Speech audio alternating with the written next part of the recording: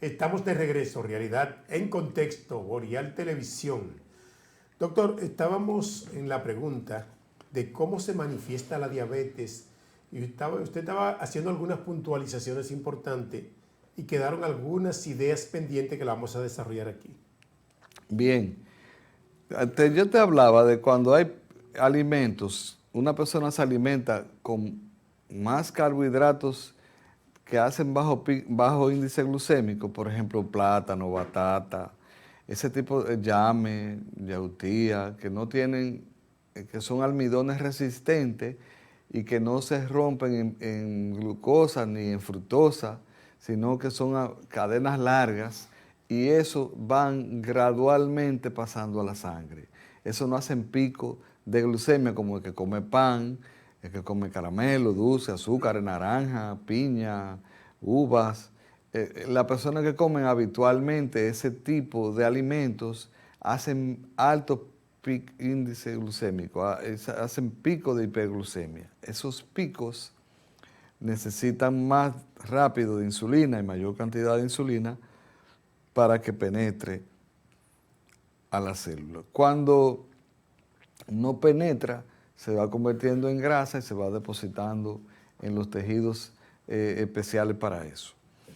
Tú decías que hay personas obesas que no desarrollan diabetes. Sí, el tema es Generalmente si son personas que se alimentan con nutrientes de carbohidratos de cadena larga o que comen mucha carne, que comen vegetales, que no comen carbohidratos de cadena corta de alto índice de glucémico, es más difícil que desarrollen diabetes porque no han tenido esos picos de glucemia, no han necesitado tanta insulina al mismo tiempo.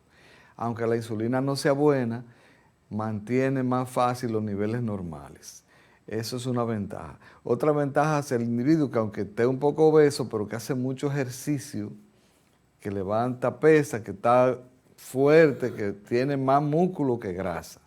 Inclusive los músculos están diseñados para que consuman glucosa sin la presencia de insulina. Entonces es muy difícil que tú veas a un diabético con masa muscular desarrollada, porque esos músculos, por cada 30 gramos de músculo que tiene, va a consumir, perdón, por cada kilo de músculo que tenga, va a consumir 30 gramos de glucosa sin que haya insulina. Entonces hay muchas variantes.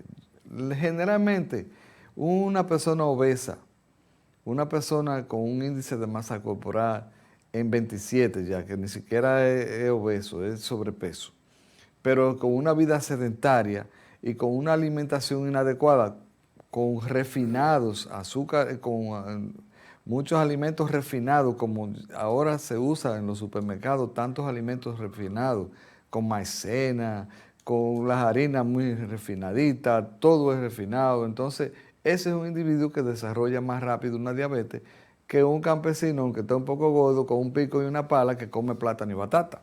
¿Y a qué usted le llama vida sedentaria? Porque eso lo entiende A la usted. Lo tuya, entiende usted y Julio, a lo la entiendo yo. tuya, Pero que está el televidente sentado no ahí. entiende eso. Oye, todo el mundo sabe ya lo que es una vida sedentaria. Eso era antes y Que no. allá Usted está comunicando en para el una campo población. tuyo. Usted está comunicando para una población de Todo el letrados, mundo sabe analfabetos lo que es funcionales, una vida sedentaria. semianalfabetos Ahora, y bachilleres analfabetos. si tú en la cimarra de Barahona, de para allá, que algunos son de para allá, a eso es posible. Pero una vida sedentaria, ya que tú quieres llevarme a la contraria, es una persona que no hace ejercicio, Exactamente. que vive como tú, así, que no se Así, mueve, usted que lo no levanta explicó, una pero yo estoy paja. en la línea, lo que pasa es que usted no quiere reconocerlo. Eso habría que verlo. Bueno, el asunto está, yo me imagino que ustedes, aunque he tratado de llevarle un hilo con cierta decencia, recapitulando hasta aquí, la diabetes es una enfermedad metabólica donde hay dificultad para que la insulina que produce el páncreas permita la entrada de la glucosa a la célula. Hablemos. La glucosa es un carbohidrato. Ese carbohidrato, en el caso de la glucosa, es un carbohidrato simple. Hay Perfecto. carbohidratos que son complejos, que están unidos a muchos carbohidratos, Muy bien. como el plátano, la batata, el queso y demás.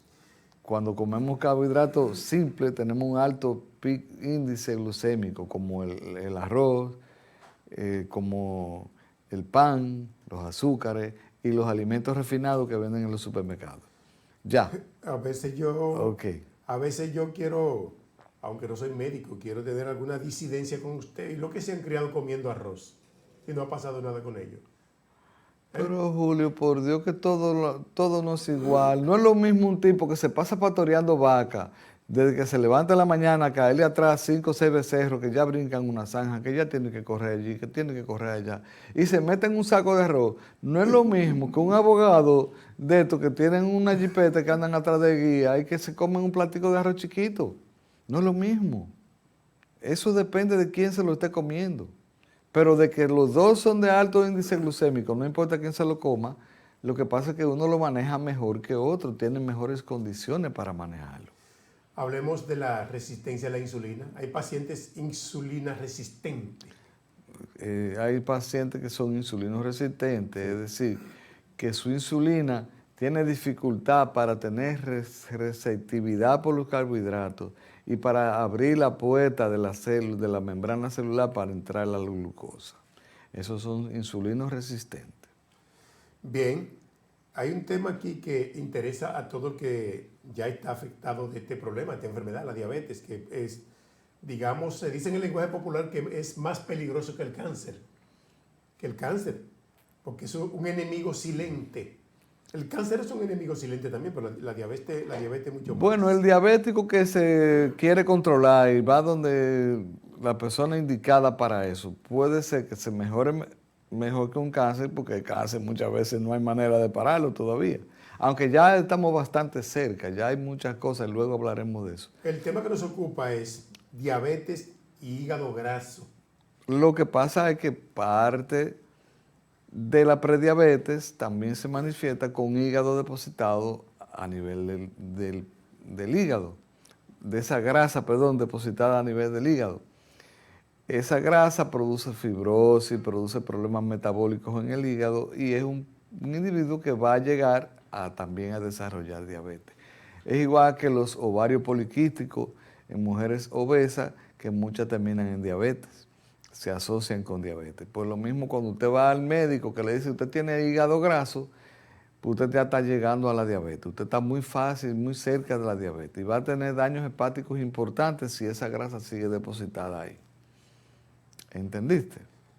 Pues, por supuesto que sí, con usted se entiende fácil.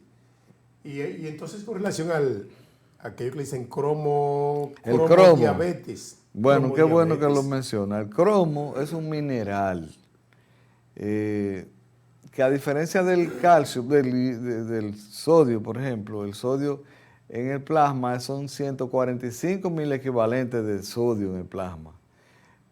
145 mil equivalentes por litro. Sin embargo, el cromo apenas hay 2.000 equivalentes por litro. Pero es importantísimo el nivel de cromo en el organismo. Porque resulta que de cada 100 diabéticos, 25 tienen el cromo bajo. De cada 100 diabéticos con diabetes tipo 2, 25 tenían el cromo bajito. ¿Y qué quiere decir esto? Que ese cromo, al faltarle, hace que la sensibilidad de la insulina frente a la glucosa disminuya. Es decir, la resistencia a la insulina está mediada por la presencia de cromo. Pero el cromo solo no va a servir para esto. El cromo también sirve para que baje el colesterol malo, para que sube el colesterol bueno, para evitar que se deposite colesterol en los vasos, en las arterias, para evitar que se suba la presión, para evitar la infertilidad. Es decir, que los niveles de cromo saludables son un pasaporte a la salud. Y debíamos de hablar un día un tema nada más del cromo. Doctor, esos adelantos que ha tenido la medicina, digamos, con la robótica, la inteligencia artificial que ha venido a complementar este cuadro tan importante para que los facultativos, los médicos puedan tener más información y pueda comenzar a aplicar medicina moderna aplicada a los tiempos de hoy, surge la pregunta que Tal vez usted me la contesta. ¿Se cura la diabetes? ¿Se cura la diabetes? Bueno, yo he visto muchos pacientes con diabetes prácticamente curarse, a menos que no vuelvan de nuevo a estar como estaban antes. Si se mantienen con el peso ideal, con un índice de masa corporal como va, con los niveles de tejido adiposo como van y una dieta adecuada, muchos de esos pacientes o se curan o se controlan bien. Ese no sería tanto el problema de la diabetes. El problema fundamental de la diabetes son las complicaciones a las que lleva esa diabetes. Si una persona llega a insuficiencia renal por la diabetes, eso es ya un poquito más difícil de manejar todavía, a menos que no sea con un trasplante renal. Y se están hablando ya, en este año he oído hablar de un par de trasplantes de renales, riñones artificiales. Es decir, que más que nada la complicación de la diabetes es lo que se hace difícil. Por ejemplo, la disfunción eréctil en un diabético. Yo he tenido pacientes que le pongo célula madre, le pongo oxígeno por la vena, le pongo todos los tratamientos modernos que hay para la diabetes. Y aunque muchos con célula madre tienen para una buena erección, la gran mayoría, pero algunos de ellos tengo que ponerle una bombita. Ah, Y cuando le pongo bombita, entonces, por ejemplo, el último que puse, un gran amigo, que con la célula madre apenas conseguía yo una erección de un 60, un 70% en ese muchacho, ese señor, todavía joven. Ya se le habían cortado un par de dedos de la pierna. Al final, él no se sentía conforme con un 60 o 70% de erección. Hubo que ponerle una bombita. Pero esa bueno, bombita con la diabetes fue un trabajo tremendo mantenerlo cogió una infección y ya tú sabes para trabajar esa infección. es Es un gran problema la un diabetes. cuadro muy complicado. Sí. La diabetes porque se glican los vasos, se ponen estrechos y entonces viene el gran problema de la circulación de esa zona. Vamos a la pausa. Retornamos en breve.